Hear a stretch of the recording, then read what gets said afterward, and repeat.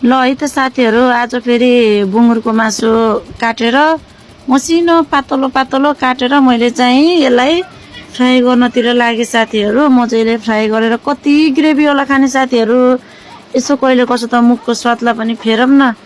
यसो मजाले फ्राई गरेर अनि टक्क चटनीसँग मोलेर खाने हो के साथीहरू। तर चटनी बनाउन जाँगर पुगेन। अनि मेरो चाहिँ साउनको व्रत चाहिँ यस्तो वाला व्रत छ।